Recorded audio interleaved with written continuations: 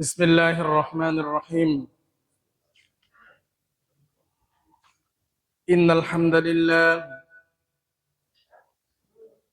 نحمده ونصلي على رسوله الكريم.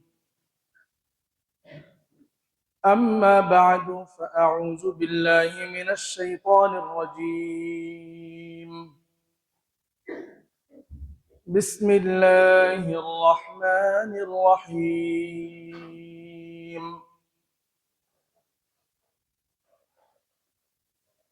اليوم نختم على أفواههم وتكلمنا أيديهم وتشهد أرجلهم بما كانوا يكسبون. ولو نشاء لطمسنا على أعينهم فاستبقوا الصراط فأنى يبصرون. ولو نشاء لمسخناهم على مكانتهم فما استطاعوا مضيا ولا يرجعون. ومن نعمره ننكسه في الخلق أفلا يعقلون. وقال تعالى: بسم الله الرحمن الرحيم. قل هو الله أحد الله الصمد لم يلد ولم يولد ولم يكن له كفوا أحد. وقال رسول الله صلى الله عليه وسلم: من أحب قل هو الله أحد أدخله الله الجنة. وعن أبي سعيد الخدري رضي الله تعالى عنه أنه قال: إن رجلا سمع رجلا يقرأ قل هو الله أحد ويرددها، فلما جاء إلى رسول الله صلى الله عليه وسلم فذكر له ذلك، فقال رسول الله صلى الله عليه وسلم: والذي نفسي بيده إنه لتعدل ثلث القرآن. والحديث رواه الإمام البخاري. أو كما قال النبي عليه الصلاة والسلام: آمنت بالله صدق الله مولانا العظيم وصدق رسوله النبي الأمي الكريم، ونحن على ذلك لمن الشاهدين والشاكرين، والحمد لله رب العالمين. محبت الشت شكل الدرود إبراهيم পড়ি اللهم صل على محمد وعلى آل محمد كما صليت على إبراهيم وعلى آل إبراهيم إنك حميد مجيد. اللهم بارك على محمد وعلى آل محمد كما باركت على إبراهيم وعلى آل إبراهيم إنك حميد مجيد. معزز محترم حضرات علماء کرام, সম্মানিত মুসল্লিয়ান ইকরাম, শ্রদ্ধা ভাজন মুরব্বিয়ান আযম, বিভিন্ন স্থান থেকে আগত দিনদার ইমানদার, দিন প্রিয়, ইমান প্রিয়, ইসলাম প্রিয় মুমিন মুসলমান ভাইরা, বুড়া বাবারা, যুবক ভাইরা, স্নেহের ছোট ভাইরা, আল্লাহ জাল্লা শানুহু আম্মা নওয়ালুহুর মহান দরবারে লাখো কোটি শুকরিয়া আদায় করছি। সালাতুল জুমার এই মহান জামাতে আমাদের সবাইকে সবার আগে, সবার সামনে আসার, বসার, বসে থাকার, সময়ের এই সংক্ষিপ্ত পরিসরে কিছু বলার, শোনার তৌফিক এনায়েত করছেন মহাব্বতের সাথে দিল থেকে শুকরিয়া আদায় করি, পড়ি আলহামদুলিল্লাহ। কোরআনে হাকিমের সুমশহুর সূরা সূরাতুল ইয়াসিন, এখান থেকে 3টি আয়াতে কারিমাত তিলাওয়াত হয়েছে। সূরাতুল ইয়াসিন আল্লাহ তাআলা বলেন 65 নম্বর আয়াত, আল-ইয়াওমা নাখতিমু আলা আফওয়াহিহিম। আজকে বিচার দিবসে আমি বিচার করার পদ্ধতি এভাবে করব যে সব মানুষের মুখে তালা লাগিয়ে দিব। ওয়া তুকাল্লিমুনা আইদিহিম ওয়া তাশহাদু আরজুলুহুম। আমি আল্লাহর সঙ্গে, আমার ফেরেশতাদের সঙ্গে মানুষের হাত কথা বলবে, তাদের পা কথা বলবে, তাদের অঙ্গ প্রত্যঙ্গ বিভিন্ন আমল এবং বদ আমলের সাক্ষ্য দিবে। বিমা কানু ইয়াকসিবুন, যে আমলগুলো তারা করতো দুনিয়াতে। ভালো কাজ করলেও ভালো কাজের কথা বলে দিবে, মন্দ কাজ করলেও মন্দ কাজের কথা মানুষের অঙ্গ প্রত্যঙ্গ গুলো সব খুলে খুলে বলবে। আর আমল নামা তো রেডি থাকবেই, যেগুলো ফেরেশতারা সংরক্ষণ করছেন প্রতিনিয়ত। ওয়ালাউ নাশাউ লাতামাসনা আলা আ'য়ুনিহিম ফাস্তাবাকুস সিরাতা ফাআন্না ইউবসিরুন। দুনিয়ার জমিনে আমি চাইলে মানুষের চোখগুলো অন্ধ করে দিতে পারি, চোখের এই আলো নিভিয়ে দিতে পারি, তখন তারা কি দিয়ে পথ দেখবে? আমি তাদের উপরে করুণা করে, মায়া করে তাদের চোখের এই পাওয়ার আমি ঠিক রাখি। ওয়ালাউ নাশাউ লামাসাকনাহুম আলা মাকানাতিহিম ফামাস্তাতাউ মুদিয়্যা ওয়ালা ইয়ারজিউন। আমি চাইলে শুধু অঙ্গ প্রত্যঙ্গের বিকলতা ঘটাবো তা নয়, বরং তাদেরকে আমি এই যে জমিনে আমি চালাচ্ছি, এই জমিন সহ ধসে দিতে পারি। জমিনের ভূগর্ভের মধ্যে এদেরকে আমি এক মুহূর্তের মধ্যে তাদেরকে আমি দাবিয়ে দিতে পারি, এমন ভাবে দাবিয়ে দিতে পারি যে আর কখনো তারা কামব্যাক করবে না, তারা ফিরে আসবে না, তারা শেষ হয়ে যাবে, ধ্বংস হয়ে যাবে। এটা আমি পারি। ওমান নুআম্মিরহু নুনাক্কিসু ফিল খালক। আমি যাকে হায়াত দেই,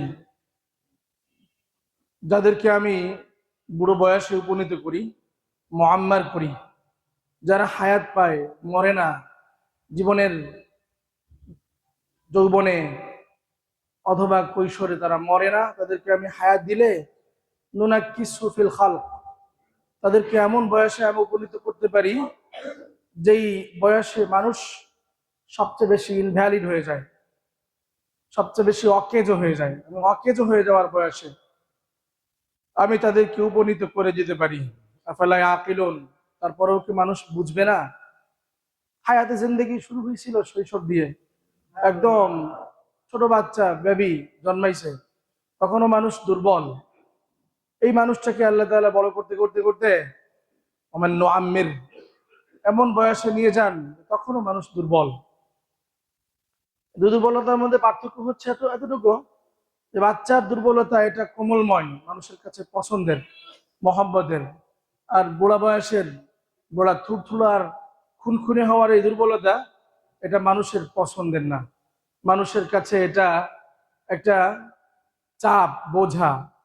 যে বয়সে আল্লাহ রাসূল সাল্লাল্লাহু আলাইহি সাল্লাম চলে যাওয়াকে ভয় করতেন এবং আল্লাহর কাছে পানা চাইতেন যে আল্লাহ, আপনি আমারে বুড়া থুরথুরা বানায়েন না, খুনখুনে বানায়েন না, যে বয়সে আমি অকেজো হয়ে যাব। যদিও আল্লাহ তাআলা বহু মানুষকে অকেজো হওয়ার বয়সে নেন, ছোট বাচ্চা তো তার দুর্বলতা থাকা সত্ত্বেও তার এই দুর্বলতা প্রশংসনীয়, পছন্দনীয়।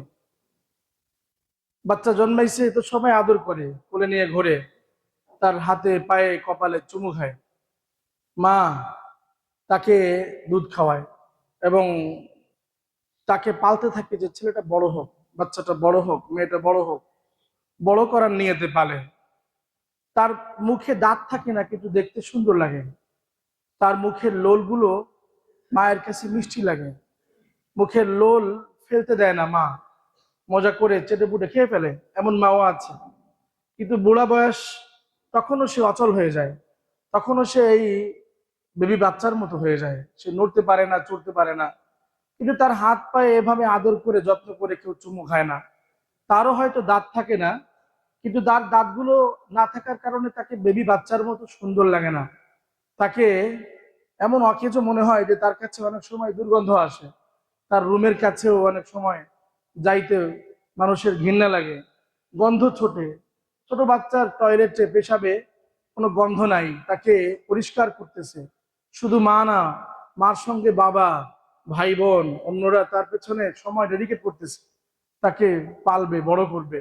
কিন্তু একটা বুড়া যিনি বার্ধক্যে পৌঁছে গেছেন, যে কথা সূরা ইয়াসিনের এই আয়াতে 67-68 নম্বর আয়াতে বলা হচ্ছে, যে এমন থুরথুরা বয়সে আমি মানুষকে নিয়ে যাই যে বয়সটা মানুষের পছন্দ হয় না, মানুষই এটাকে ঘৃণা করে, মানুষের কাছে বোঝা মনে হয়। দোয়া চায় বারবার যে তার জন্য ইমানই মৃত্যু হয়, তার জন্য খাতেমা বিল খায়ের তাড়াতাড়ি আল্লাহ তাআলা করে দেন। যদি তার কপালে সুস্থতা থাকে তাকে যেন তাড়াতাড়ি সুস্থ করে দেন, আর যদি সুস্থতা না থাকে এত কষ্ট যেন তার না হয়। আল্লাহ বলছেন, তোমরা কি বুঝো না যে আমি কেন এমনটা করতেছি? হযরত ওমর ফারুক রাদিয়াল্লাহু তাআলা আনহুর সামনে এক তাবেঈ মাকে ঘাড়ে করে বাইতুল্লাহ শরীফের জিয়ারত করাইছেন, হজ করাইছেন। তওয়াফ শেষ করে হযরত ওমর ফারুককে বলতেছেন, আমিরুল মুমিনিন, আমার মায়ের কি আমি হক আদায় করছি? সুদূর ইয়ামান থেকে আমি ঘাড়ে করে পায়ে হেঁটে পদব্রজে আমি হজে আসছি, আমার মাকে কাঁধে পিঠে এভাবে বসায় বলছে যে না, এক ফোঁটা দুধের হক এখনো আদায় হয়নি। কারণ কি জানো? কারণ হচ্ছে তুমি তোমার মাকে পালতেছো ঠিক আছে, কিন্তু পালতেছে কোন নিয়েতে? তোমার মা আরো বড় হবে, বেড়ে উঠবে, এজন্য, নাকি তাকে দাফন পর্যন্ত, কবর পর্যন্ত নিয়ে যাওয়ার জন্য? কিন্তু তোমাকে তোমার মা কিন্তু কবর পর্যন্ত নেওয়ার জন্য পালে নাই। তোমার মায়ের কখনো ইমাজিন হয় নাই, ফিলিং আসে নাই যে আমার ছেলেটাকে, আমার বেবিটাকে আমি দাফন করব। তুমি তো তোমার মায়ের দাফনের চিন্তায় আছো, আর তোমার মা তোমাকে দাফনের চিন্তা কখনো কল্পনাও করতে পারে নাই। এই হলো পার্থক্য। তোমাকে পালার, তোমার হক আদায় করার নজির তোমার মাকে তুমি জীবন ভর দিতে পারবা না। আল্লাহ বলেন, লাকাদ খালাকনাল ইনসানা ফি আহসানি তাকওয়িম, আমি মানুষকে সবচেয়ে সুন্দরতম অবয়ব এবং আকৃতি দিয়ে বানিয়েছি। তুম্মা রাদাদনাহু আসফালা সাফিলিন, এই বেবিটাই কত সুন্দর ফুটফুটে ছিল, গালে দাঁত ছিল না, সুন্দর লাগছে। হাতের আঙ্গুলগুলো তুলতুলে ছিল, নরম ছিল, দুর্বল। তাকে পালতে হয়েছে, 2 বছর দুধ খাওয়াতে হয়েছে, এত দুর্বল। আল্লাহ বলেন যে আমি এই বাচ্চাটাকে আবার এই দুর্বলতায় ফিরাইয়া দিই। কিন্তু তখন আসফালা সাফিলিন হয়ে যায়, এমন এক দুর্বলতা, যে দুর্বলতায় মানুষ অধপতিত হয়ে যায়, মানুষ একদম বুড়ো থুরথুরা হয়ে যায়, খুনখুনে হয়ে যায়, যে বয়সটায় মানুষ পৌঁছাতে চায় না। আল্লাহ রাসূল দোয়া করতেন, আল্লাহ আমি এত লম্বা হায়াত চাই না যে যে বয়সে মানুষের উপরে আমি চাপ হয়ে যাব। আল্লাহুম্মা ইন্নী আউযু বিকা মিন আন উরাদ্দা ইলা আরযালিল উমর, আমি আপনার কাছে আশ্রয় চাই, আমি যেন আরযালে উমর, নিকৃষ্টতম বয়সে, একটা বাজে বয়স, আরযালে উমর মনে হচ্ছে বাজে বয়স, যে বয়সে পৌঁছলে মানুষের কোনো ব্যালেন্স থাকে না, আমি ওই বয়সে পৌঁছতে চাই না। 63 বছর হায়াত পেয়ে আল্লাহ রাসূল ইন্তেকাল করছেন। আবু বকর 63 বছর হায়াত পেয়েছেন, ওমরে ফারুক 63 বছর হায়াত পেয়েছেন। আল্লাহর কাছে কবুল হতে অনেক লম্বা হায়াত দরকার হয় না, ওই অল্প একটু হায়াত পাইলেও 1 সেকেন্ডের হায়াতেও কবুল হওয়া যায়। এই আয়াতগুলো তেলাওয়াত শেষে সূরাতুল ইখলাস তেলাওয়াত করেছিল মুহতারাম হাজিরিন। সূরাতুল ইখলাস কোরআনে কারীমের 112তম সূরা, এরপরে 113, তারপরে 114। কুল, বলো, হুয়াল্লাহু আহাদ, আল্লাহ এক, আল্লাহুস সামাদ, আল্লাহ বেনিয়াজ, আল্লাহ কারো মুহতাজ নয়। লাম ইয়ালিদ, তিনি কাউকে জন্ম দেননি। ওয়ালাম ইউলাদ, তাকেও কেউ জন্মায়নি। ওয়ালাম ইয়াকুল লাহু কুফুয়ান আহাদ, এবং তার সমকক্ষ কেউ নাই। এটা একটা ওজিফা। আল্লাহ তাআলা এই ওজিফার শুরুতে বলছেন কুল, বলো। কিয়ামত পর্যন্ত এই বলার আবেদন আল্লাহ তাআলা করতেই থাকবেন কোরআনের মাধ্যমে। সব উম্মত, সব বান্দা যেন পড়ে হু আল্লাহু আহাদ। আল্লাহ রাসূল যেমন বলছেন লা ইলাহা ইল্লাল্লাহ, বলো কামিয়াব হয়ে যাবা। কুলু লা ইলাহা ইল্লাল্লাহ, তোমরা বলো যে আল্লাহ ছাড়া কোনো ইলাহ নেই। তুমি বলো আশহাদু আল্লা ইলাহা ইল্লাল্লাহ ওয়াহদাহু লা শারীকা লাহু ওয়া আশহাদু আন্না মুহাম্মাদান আবদুহু ওয়া রাসূলুহু। তো মানুষ যেমন লা ইলাহা ইল্লাল্লাহ পড়তে থাকবে, আশহাদু আল্লা ইলাহা ইল্লাল্লাহ পড়তে থাকবে, তো আল্লাহ তাআলাও বলতেছেন যে তুমি পড়তে থাকো, বলতে থাকো, এটাকেও তুমি ওজিফা বানাও। কি ওজিফা বানাবা? হু আল্লাহু আহাদ। আল্লাহ বলছেন কুল, বলো। তো আমি যদি হু আল্লাহু আহাদ, হু আল্লাহু আহাদ, হু আল্লাহু আহাদ এরকম ওজিফা পড়তে থাকি হাজার বার, লাখো বার, লা ইলাহা ইল্লাল্লাহর মতো, তাহলে এই কুল হু আল্লাহ দিয়েও খতম করা যাবে। আল্লাহ তাআলা বলতে বলছেন হু আল্লাহু আহাদ, বলো। তুমি বলো যে তিনি এক, তিনি বেনিয়াজ, তাকে কেউ জন্মায় নেই, তিনি কাউকে জন্মান নাই, কেউ তার মতো না, এটা বলো, এটা ওজিফা। তো এই জন্য লা ইলাহা ইল্লাল্লাহর মতো এই সূরা ইখলাসটা একটা ওজিফা। এই হাদিসটা, এই আয়াতটা, এই সূরাটা আমি পড়েছি। তারপরে সহিহ বুখারীর একটা হাদিস আপনাদের সামনে পেশ করেছি। সাঈদ ইবনে হযরত আবু সাঈদ আল খুদরি রাদিয়াল্লাহু তাআলা আনহু থেকে বর্ণিত, قال رسول الله صلى الله عليه وسلم, সহিহ বুখারীর 5013 নম্বর হাদিস। হযরত আবু সাঈদ খুদরি বলেন, এক সাহাবী আল্লাহর রাসূলের কাছে গিয়ে বলতেছেন, ইয়া রাসূলুল্লাহ, গত রাতে দেখলাম আপনার এক সাহাবী, ইন্না রাজুলান সামিআ রাজুলান ইয়াকরাউ কুল হুয়াল্লাহু আহাদ, আপনার এক সাহাবীকে গত রাতে পড়তে দেখলাম কুল হুয়াল্লাহু আহাদ ওয়া ইউরাদ্দিদুহা মিরারান, এবং উনি এই সূরাটা বারবার পড়তেছেন, বারবার বারবার পড়তেছেন। ইয়া রাসূলুল্লাহ, এরকম পড়ার কারণ কি? উনি বারবার পড়তেছেন, কতবার যে পড়ছেন তার কোনো হিসাব নেই। আমি আপনার এই সাহাবীকে অনেকবার কুল হুয়াল্লাহু আহাদ পড়তে দেখেছি, তবে কতবার হবে তা উনি জানেন, আর ওনার আল মালিক জানেন, আল্লাহ জানেন। ইয়া রাসূলুল্লাহ সাল্লাল্লাহু আলাইহি ওয়াসাল্লাম, কেন কুল হুয়াল্লাহু আহাদ এতবার পড়তেছেন উনি? আল্লাহর রাসূল এই হাদিসে ওই সাহাবীকে বললেন, যে সাহাবী এসে আরেক সাহাবীর ব্যাপারে কমপ্লেইন করলেন যে কুল হুয়াল্লাহু আহাদ এতবার পড়ে কেন উনি? আল্লাহর রাসূল বললেন, আল্লাযী নাফসি বিয়াদিহি, ওই সত্তার শপথ করে আমি বলছি যার হাতে আমার প্রাণ, ইন্নাহু লাতা'দিলু সুলুসাল কুরআন, নিঃসন্দেহে কুল হুয়াল্লাহু আহাদ এটা কোরআনে কারীমের 3 ভাগের 1 ভাগের নাম। কোরআনে কারীমের 10 পারা পড়লে যে পরিমাণ সওয়াব পাওয়া যায়, ওই পরিমাণ সওয়াব শুধু কুল হুয়াল্লাহু আহাদ, আল্লাহুস সামাদ, লাম ইয়ালিদ ওয়া লাম ইউলাদ ওয়া লাম ইয়াকুল লাহু কুফুয়ান আহাদ, কেউ যদি এই সূরা 3 বার পড়ে তাহলে তার 30 পারা কোরআন পড়ার সওয়াব হয়ে যাবে। সুবহানাল্লাহ। সহিহ বুখারীর হাদিস 5013। এই হাদিসটা পড়ছি। মুসনাদে আহমদের আরেকটা হাদিস, ছোট্ট হাদিস পড়েছি। আল্লাহ রাসূল বলেছেন, মান আহাব্বা কুল হুয়াল্লাহু আহাদ, যে ব্যক্তি কুল হুয়াল্লাহু আহাদ এই সূরাটা পড়ে আর মহব্বত করে, ভালোবাসে, কুল হুয়াল্লাহ সূরা যদি কেউ ভালোবাসে দিল থেকে, আদখালাহুল্লাহুল জান্নাহ, আল্লাহ তাআলা তারে অবশ্যই অবশ্যই জান্নাতে ঢুকায় দিবেন। মুসনাদে আহমদের হাদিস 24844 নম্বর হাদিস। এই আয়াত এবং হাদিসগুলো পড়ার মাকসাদ, উদ্দেশ্য হচ্ছে 2-3টা বিষয়ে কথা বলা। রজবের 16 তারিখ চলে যাচ্ছে আজকে, মাগরিবের মাধ্যমে 16 তারিখ শেষ হবে, এরপরেই শাবান, তারপরেই রমাদান। রমাদানের প্রস্তুতিমূলক আমাদের কিছু আয়োজন চলছে, যেমন রোজা রাখা। অনেক ঘরে অনেক আল্লাহর বান্দাবান্দি রোজা রাখা শুরু করে দিছে এবং প্র্যাকটিস করতেছে। দে আর প্র্যাকটিসিং, তারা প্র্যাকটিস করতেছে কিভাবে ফাস্টিং করতে হয়, রোজা কিভাবে রাখতে হয়, তারা গিয়ার আপ করতেছে। রোজা শুরু হবে তো তাদের রোজার মান আমাদের রোজা চাইতে অনেক ভালো হয়ে যাবে, কারণ তারা তো আগে থেকে গিয়ার আপ করছে। তাদের রোজা ঠুকনো রোজা হবে না, প্রথম থেকেই দামি রোজা হবে। তাহাজ্জুদের আমল অনেক ঘরে শুরু হয়ে গেছে। তাহাজ্জুদের আমল তারা রমজান মাসেই তাহাজ্জুদ করে স্টার্ট করবে এমন না, তারা স্টার্ট আপ শুরু করে দিয়েছে। বহু মানুষ আছে। আর কি আমল শুরু করতে পারি এর সাথে? সূরাতুল ইখলাসের তেলাওয়াত শুরু করে দেই। কিন্তু সূরা ইখলাসের আগে 1 নম্বর আমলের কথা আমি বলবো, কোরআনে কারীমের খতম শুরু করুন। কোরআনে কারীমের খতম। অনেকে আলহামদুলিল্লাহ রমজান আসবে তো খতম শুরু হয়ে যাবে, দামি আমল।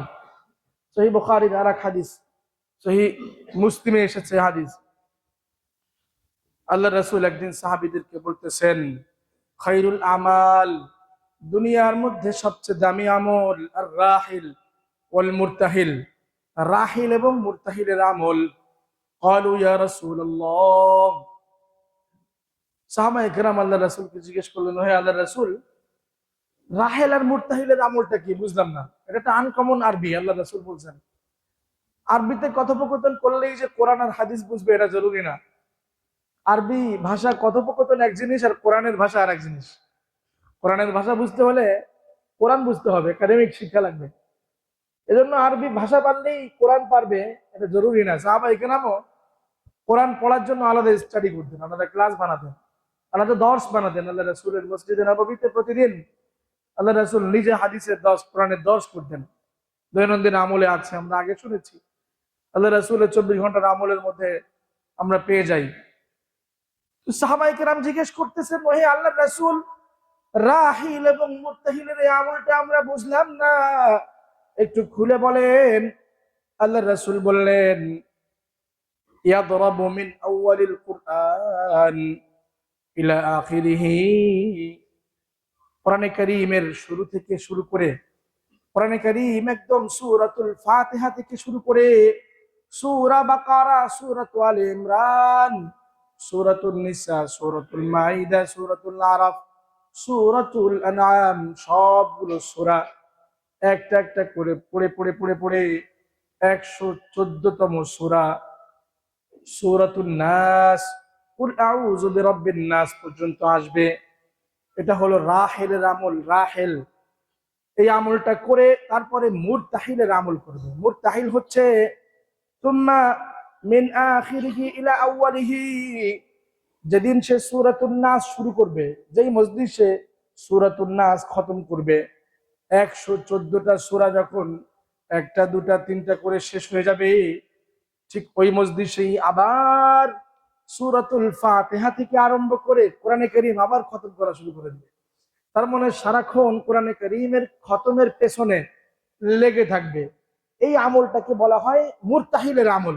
কোরআন শেষ করে আবার শুরু থেকে কোরআন শুরু করে দেওয়া, কোরআন শুরু করে আবার শেষে যাওয়া, শেষে গিয়ে আবার শুরু করা, আবার শুরু করে আবার শেষে যাওয়া, আবার শেষে গিয়ে আবার শুরু করা, এভাবে কোরআনে কারীমের খতম চলতে থাকা, একটার পর একটা খতম চলতে থাকা। এটা হলো রাহেল মুরতাহিলের আমল। জেনে রাখো, শিখে রাখো, বুঝে রাখো, দুনিয়ার মধ্যে সবচেয়ে দামি আমল হচ্ছে এই আমল। আল্লাহ রাসূল এই হাদিসে সবচেয়ে দামি আমল কোরআনে কারীমের খতম করা বলেছেন। এই হাদিস রাসূলুল্লাহ সাল্লাল্লাহু আলাইহি সাল্লাম থেকে সহিভাবে বর্ণিত হয়েছে। প্রিয় ভাইরা আমার, আমি আপনাদেরকে আজকে 3টা আমলের কথা বলবো। এক নম্বর হচ্ছে কোরআনে কারীমের খতম শুরু করেন, কারণ রমজান শুরু হলে কোত্থেকে যে চলে যাবে রমজান, কিভাবে যে ফাঁকি দিয়ে শেষ হয়ে যাবে অনেকে বুঝবেই না, পিঠের বুদ্ধে চলে যাবে। এজন্য কোরআনে কারীমের খতম আমরা শুরু করে দিই এখন থেকে। সারা বছরের আমল বানাই, বিশেষভাবে রজব এবং শাবানে আমরা এটাকে গিয়ার আপ করি, খুব বেশি বেশি করার চেষ্টা করি। যার তৌফিক আছে 10 পারা পড়া প্রতিদিন, সে প্রতিদিন 10 বার পড়বে, 10 পারা পড়বে। 10 পারা যে পড়তে পারে না সে 5 পারা পড়ুক, 5 পারা না পারলে 4 পারা পড়ুক, 4 পারা না পারলে 3 পারা, না পারলে 2 পারা, না পারলে 1 পারা পড়ুক, 1 পারা না পারে সে আধা পারা পড়ুক, কিন্তু কোরআনে কারীমের খতম শুরু করে দিবে।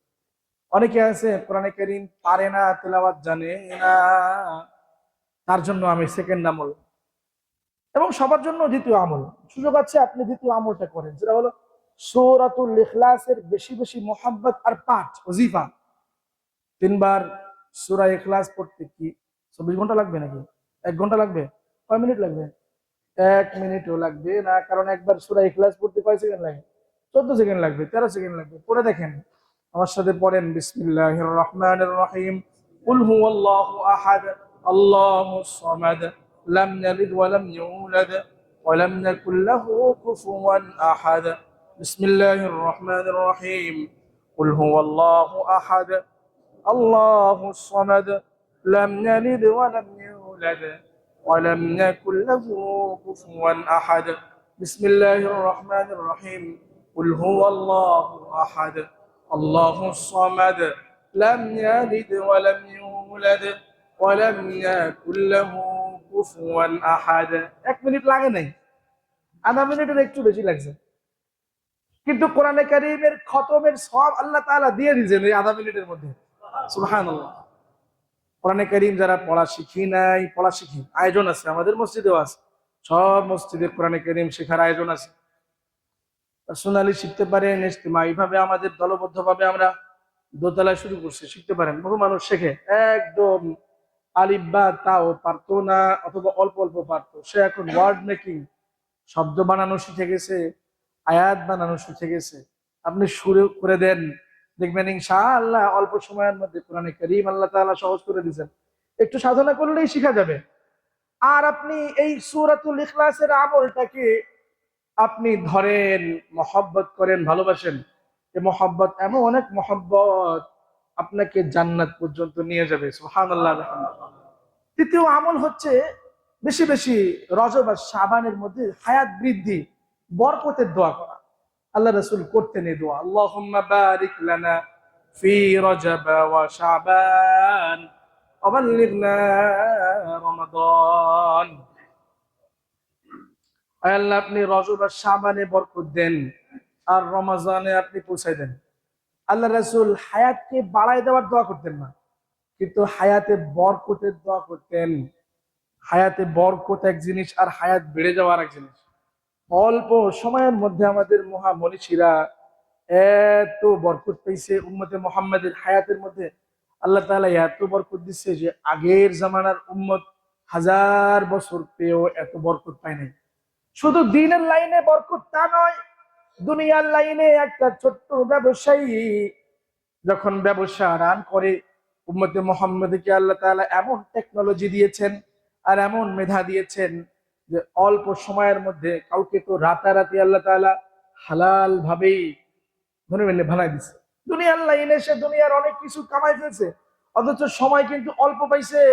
1 মাসের ব্যবসা তার জীবনের চাকা মোড় ঘুরাই দিছে, আল্লাহ তাআলা এমন করে দিয়েছেন। ঠিক তেমনি ভাবে উম্মতে মুহাম্মাদীকে আল্লাহ তাআলা এমন এমন সুযোগ করে দিয়েছেন, দ্বীনের লাইনে অল্প সময়ে একটা রাত পাইছে হায়াত জিন্দেগিতে, লাইলাতুল কদর। তো 1000 মাসের ইবাদতের চাইতে দামি কিছু হাসিল করে ফেলছে। সুবহানাল্লাহ। একটা দিন জুমার দিন পাইছে, তো সাইয়্যিদুল আইয়াম, সারা বছরের ইনকাম এক জুমায় সে করে ফেলছে। আধা মিনিট সময় পাইছে, তো কোরআনে কারীমের খতম করতে যত সময় লাগে, একজন হাফেজে কোরআন যদি গতি দিয়ে পড়ে কোরআন, তাহলে 1 ঘন্টায় মিনিমাম 3 পারা কোরআন পড়তে পারে। 10 ঘন্টায় অথবা 9 ঘন্টায়, অনেকে 8 ঘন্টাতেও এক খতম কোরআনে কারীমের তেলাওয়াত করে ফেলতে পারে। সময়ের বরকত তো জিনিস। হযরত ওসমান রাদিয়াল্লাহু তাআলা আনহু নামাজে দাঁড়াইছেন, তো এক রাকাতে কোরআনে কারীম খতম করে ফেলছেন। হযরত হযরত আব্দুল্লাহ ইবনে আমর ইবনুল আস কোরআনে কারীমের খতম করছেন রাতের বেলায়। এক রাতে ঈশার নামাজের পর থেকে তাহাজ্জুদের টাইম শেষ হওয়ার আগে কোরআনে কারীমের খতম হয়ে গেছে। এত বরকত পাইছেন। তো এত সময় আপনার নাই, আপনি পারেন না পড়তে, তো আপনি সময় দেন। সূরা ইখলাসের পেছনে 3 বার পড়েন। কারণ আল্লাহর হাবিব বলছেন সূরা ইখলাস এটা হচ্ছে 10 পারার সমতুল্য। 10 পারা কোরআনে কারীম পড়লে যে সওয়াব পাওয়া যায়, একবার সূরা ইখলাস পড়লে সেই সওয়াব পাওয়া যায়। 20 পারা কোরআনে কারীম তেলাওয়াত করলে যে সওয়াব পাওয়া যায়, 2 বার সূরা ইখলাস পড়লে সেই সওয়াব পাওয়া যায়। আর যদি আপনি 30 পারা কোরআনে কারীমের খতম পেতে চান, তাহলে 3 বার সূরা ইখলাস পড়েন, 30 পারা কোরআনে কারীমের খতম সওয়াব পাওয়া যাবে। আর যদি 2 খতম কোরআনে কারীমের খতমের সওয়াব পেতে চান, তাহলে কয়বার পড়তে হবে বলেন? 6 বার। যদি 3 খতম কোরআনে কারীমের সওয়াব পেতে চান, কয়বার? 9 বার। এক হাদিসে আল্লাহ রাসূল বলেন, যদি কেউ 10 বার সূরাতুল ইখলাস পড়ে, তাহলে 9 বার কোরআনে কারীমের খতমের সওয়াব, শুধু তাই নয়, 3 বার কোরআনে কারীমের শুধু সওয়াব হবে তাই নয়, বরং 6000 তালা বিশিষ্ট একটা জান্নাত আল্লাহ তাআলা তার জন্য রেডি করে দেন। কয় হাজার? 6000 তালা। সুবহানাল্লাহ। 10 বার সূরা ইখলাস পড়তে মনে হয় 10 ঘন্টা লাগবে না, 2 মিনিট লাগবে। 2 মিনিট সময় দিয়ে বলতেছি, দিয়ে দেখেন, বেশি লাগবে না। আল্লাহর বান্দাদের এই সময়টুকু কোনো ব্যাপার না। পারবো না ইনশাআল্লাহ? আমরা এই আমলটা রজব এবং শাবানে নেই, যে প্রতিদিন আমাদের অন্তত 10 বার সূরা ইখলাস। আরো যদি বেশি পারি, ওই সাহাবী রাতভর পড়তেছেন, তো আল্লাহ রাসূলের কাছে এসে বলতেছেন, ইয়া রাসূলুল্লাহ, রাতভর সূরা ইখলাস পড়তে দেখলাম। তো আল্লাহ রাসূল তাকে ইনশিওর করছেন যে ওকে আল্লাহ তাআলা জান্নাতে ঢুকাই দিবে, ও মহব্বত করে। মসজিদে কুবার মধ্যে ইমামতি করে ইমাম সাহেব, সাহাবী। সহিহ বুখারীতে হাদিস আসছে, আপনারা জানেন এই হাদিস এর আগেও শুনিয়েছি। সহিহ বুখারীর হাদিস, এক সাহাবী মসজিদে কুবায় ইমামতি করেন। 7,741 নম্বর হাদিস। প্রতি রাকাতে সূরাতুল ফাতিহার পরে সূরা ইখলাস তেলাওয়াত না করে উনি অন্য সূরা আরম্ভ করেন না। কিন্তু পেছনে যারা মুক্তাদি, ওনাদের অভিযোগ ইমাম সাহেবের পেছনে, ইমাম সাহেব কেন এমনটা করেন? আমরা তো আল্লাহ রাসূলকে দেখি নাই এই আমল করতে, রাসূলের সাহাবী আবু বকর কেউ দেখি নাই, ওমরে ফারুক কেউ দেখি নাই, কোন সাহাবীকে আমরা এই আমল করতে দেখি না, কেন আমাদের ইমাম এই আমল শুরু করছেন? কাজ করনেওয়ালার সমালোচনা থাকবে, কাজ নাই তো সমালোচনা নেই না। কাজ করছেন, কাজ বাড়াইছেন, তো আলোচনা সমালোচনা শুরু হয়ে গেছে। হযরত ইমাম সাহেবের পেছনে মুসল্লিরা এসে অভিযোগ করছেন, ইমাম সাহেব আপনি হয় সূরাতুল ইখলাস পড়া বন্ধ করে দেন, নতুবা আমাদেরকে আল্লাহ রাসূলের কাছে নিয়ে গিয়ে সমাধান করে দেন। আপনি কি শুরু করছেন? আপনি সূরাতুল ইখলাস প্রতি রাকাতে কেন পড়েন? যদি আপনার পড়তেই হয় তাহলে সূরা ইখলাস পড়েই রুকুতে যান, কেন আপনি আবার আর একটা সূরা শুরু করেন? যদিও এই আমলটা আমাদের কেউ করে না এবং এটা সুন্নাত না। সুন্নাত হচ্ছে ফরজ নামাজে যেই সূরা মিলাতে হয়, একটা সূরাই মিলায় রুকুতে চলে যাবে। কিন্তু এই সাহাবী ব্যতিক্রম আমল করতেছেন, ব্যতিক্রম আমল, এটা সুন্নাহ হয় নাই। কিন্তু ওনার জন্য আল্লাহ রাসূল দেখেন কিভাবে ছাড় করে দিয়েছেন, সুযোগ করে দিয়েছেন। ইমাম সাহেব স্ট্রেট ফরওয়ার্ড বলে দিয়েছেন যে আমি ইমামতি যদি করি তাহলে এভাবেই করব, আর যদি এভাবে করতে না দেন আমি ইমামতি ছেড়ে দেবো, ইমামতি করুম না। এখন ভাল লাগলে ইমাম রাহেন, নতুবা আমাদের ছাড়েন। সাহাবায়ে কেরাম বলতেছেন যে আমরা আমাদের মধ্যে ডিসকাস করে দেখলাম যে না, এই ইমাম তো ছাড়া যাবে না, কিন্তু কি করা যায়? এই ইমাম তো অনেক ভালো ইমাম, জাননেওয়ালা ইমাম, জাননেওয়ালা সাহাবী। আমরা আল্লাহ রাসূলের কাছে ওনাকে নিয়ে গেলাম, ওহে আল্লাহ রাসূল আপনি সমাধান করে দেন, আমাদের মসজিদে কুবায় এই ঘটনা ঘটতেছে, প্রতিদিন সূরা ইখলাস উনি পড়েন, প্রতি রাকাতে সূরা ইখলাস পড়েন, কেন সূরা মিলানোর আগে? আল্লাহ রাসূল জিজ্ঞেস করলেন কেন পড়ো বলো তুমি? বলো যে ইয়া রাসূলুল্লাহ এই সূরাটা আমার ভালো লাগে, যেদিন আপনার হাদিস শুনেছি আপনি বলেছেন সূরাতুল ইখলাস যে মুহাব্বত করে ভালোবাসে আল্লাহ তাআলা তারে জান্নাতে ঢুকাবেন। সেদিন থেকে আমি আর এই সূরা সুযোগ পেলে ছাড়ি না। যেহেতু সূরা ফাতিহার পরে অন্য সূরা কোরআনে কারীমে পড়তে বলা হয়েছে, আল্লাহ বলছেন ফাকরাউ মা তায়াসসারা মিনাল কুরআন, সূরা ফাতিহা পড়ে তারপরে কোরআনের যা তোমার সহজ তুমি পড়ো। তো সূরা ইখলাস আমার কাছে সবচেয়ে বেশি সহজ মনে হয়েছে, এটা আমি পড়ছি, তারপরে আবার অন্য সূরা পড়ছি।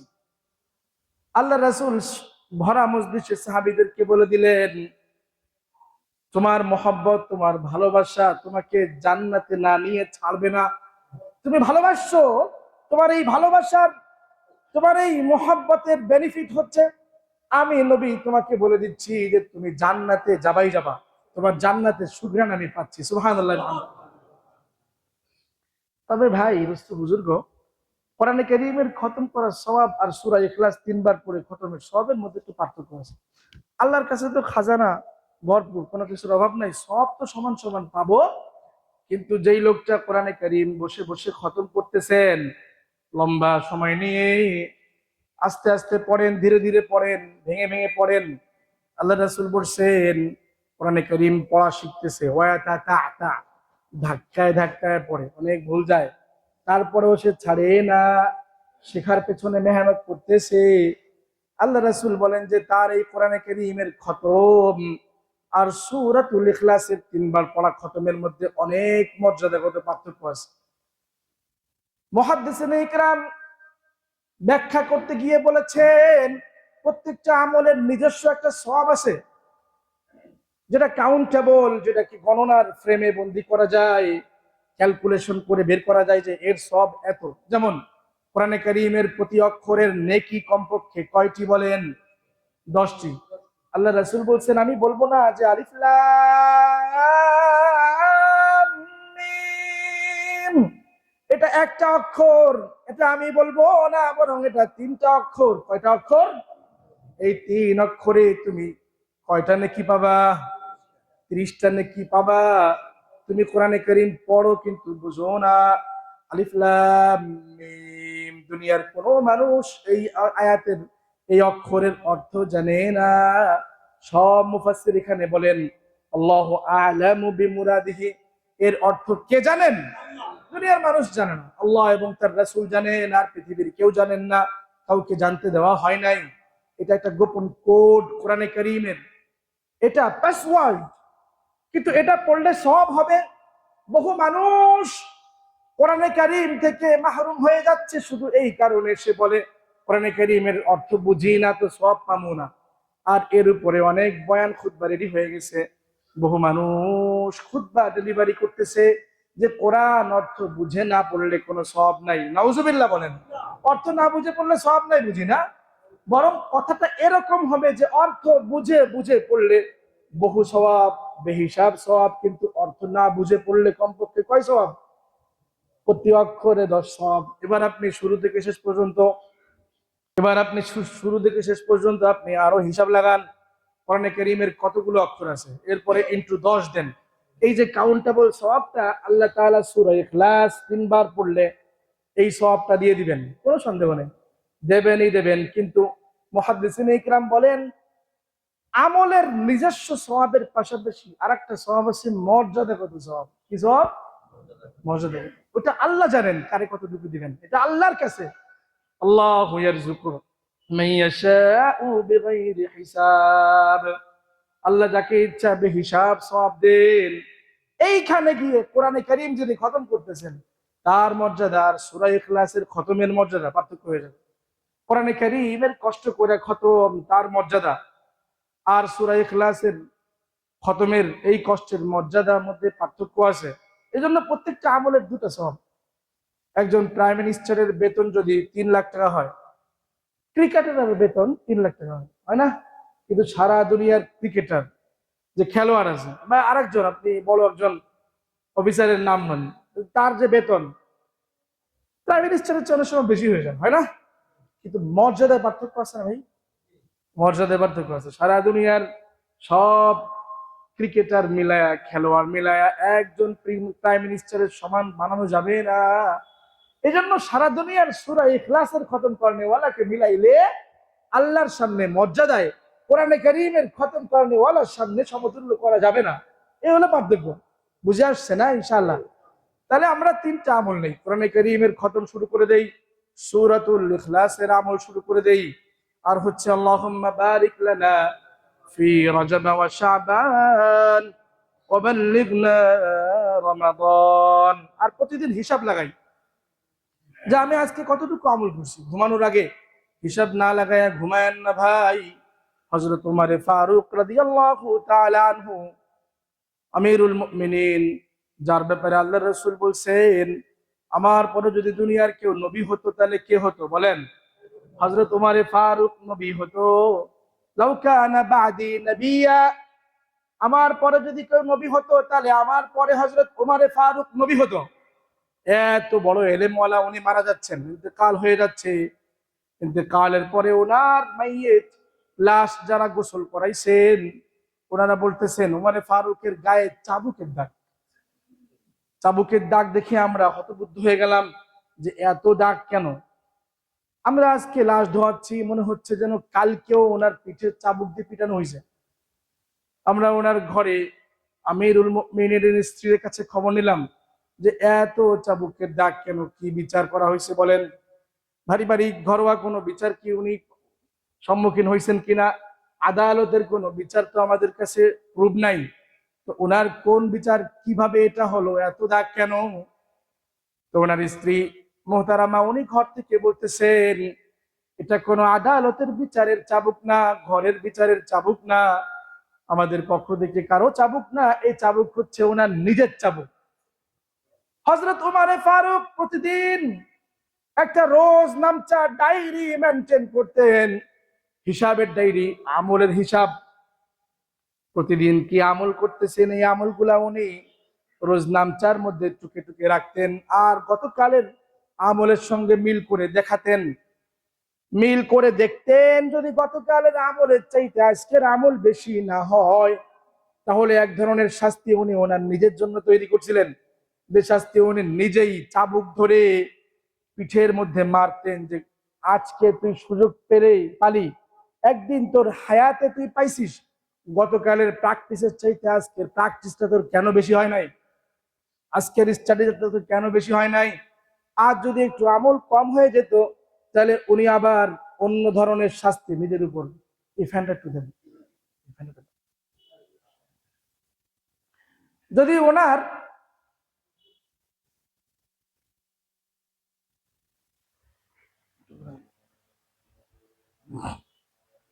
যদি ওনার আমল একটু কমে যেত, তাহলে উনি আরেক ধরনের শাস্তি নিজের উপর নিতেন, উনি তখন পিটাতেন আরো অন্যরকম। তো এই নিজের পিটানোর দাগ ওনার পিঠের মধ্যে মরার আগের দিন পর্যন্ত উনি লাগাইছেন, এমন হিসাব নিছেন হযরত ওমর ফারুক, যিনি আশারায়ে মুবাশশারা 10 জন সুসংবাদ প্রাপ্ত সাহাবীদের একজন। আল্লাহ রাসূল ওনার জান্নাতের ব্যাপারে উনি গ্যারান্টি দিয়ে গেছেন, আল্লাহ রাসূল, যে হযরত ওমর উনি জান্নাতি হবেন। হযরত ওমর ফারুকের দাফন যেন তেন জায়গায় হয় না, আল্লাহ রাসূলের রওজায়ে আতহারের, আল্লাহ রাসূলের কদমের পাশে হইছে, কদম মুবারকের একদম কাছে হইছে। হযরত ওমর ফারুক রাদিয়াল্লাহু তাআলা আনহু তারপরও যে আমার হিসাবটা কেমনে হইব, আমি কি আল্লাহর কাছে ক্ষমা পামু নাকি পামু না, এই চিন্তায় উনি প্রতিদিন ওনার আমল বাড়াইতেন আর আমলের হিসাব হিসাব লাগাতেন। আম্মা জান আয়েশা রাদিয়াল্লাহু তাআলা আনহার কবর হওয়ার কথা আল্লাহ রাসূলের জায়গায় হাদিসের মধ্যে আসছে, আল্লাহ রাসূল বলছেন আমার কবরের পাশে হযরত ঈসা ইবনে মারিয়ামের কবর হবে, শেষ জামানায় হযরত ঈসা ইবনে মারিয়াম নাজিল হবেন, আমার উম্মতের অন্তর্ভুক্ত হবে, বিবাহ করবেন, ওনার সন্তান সন্ততি হবে, উনি যখন ৪৫ বছর শাসন করবেন, এরপরে ওনার মৃত্যু হবে। তো মৃত্যুর পরে ওনার কবরটা আমার কবরের পাশে হবে। আল্লাহ রাসূলের অপর পাশে হযরত আবু বকর আর হযরত আম্মা জান আয়েশার কবর হওয়ার কথা। আবু বকরের কবর তো হয়ে গেছে, হযরত ওমর ফারুক চিন্তার মধ্যে পড়ে গেছেন যে আমার কি হবে। আমি আম্মা জান আয়েশাকে একটা প্রস্তাব পাঠাই। হযরত ওমর ফারুক হযরত আব্দুল্লাহ ইবনে ওমর ওনার ছেলেকে দিয়ে প্রস্তাব পাঠাইছেন, আম্মাকে গিয়ে বলেন যে ওনার কবরের জায়গাটা যদি আমাকে দিয়ে দেন মেহেরবানি করে, আমার ভয় হয় কোথায় যাব, কি হবে আমার। আল্লাহ রাসূলের রওজার পাশে যদি আমি থাকি, তাহলে আল্লাহ রাসূলের রওজার বাতাস আমার কবরেও চলে যেতে পারে। একখানে বাতাস শুরু হলে তার পার্শ্ববর্তীরাও কিন্তু বাতাস খাওয়া শুরু করে দেয়। একজনের উপরে বাতাস ছাড়া হয়েছে, কিন্তু এই বাতাস একজনে খায়। আল্লাহ রাসূলের রওজায়ে আতহার সারা জমিন, সারা পৃথিবীর মধ্যে সবচেয়ে দামি জায়গা। আরশে আজিমের পরে, আল্লাহর পরে সবচেয়ে দামি জায়গা হচ্ছে রওজায়ে আতহার। আল্লাহ রাসূলের কবরটা, আল্লাহ রাসূলের দেহটা যেই কবরে লেগে আছে, হায়াতুন নবী সাল্লাল্লাহু আলাইহি ওয়াসাল্লাম জান্নাতের পরিবেশে সর্বোচ্চ মাকাম নিয়ে আসে। আমি পাশে যদি জায়গা পেয়ে যাই, আম্মা জানকে গিয়ে একটু বলো। আম্মা জান তো আল্লাহ রাসূলের সবচেয়ে প্রিয়। আল্লাহ রাসূলকে একদিন জিজ্ঞেস করা হয়েছে, আপনার কাছে পৃথিবীর মধ্যে সবচেয়ে প্রিয় কে? তো বলছে, আমার প্রিয়, আমার সবচেয়ে ভালো, আমার কাছে বেশি প্রিয় হচ্ছে আমার আয়েশা, আমার স্ত্রী। সুবহানাল্লাহ।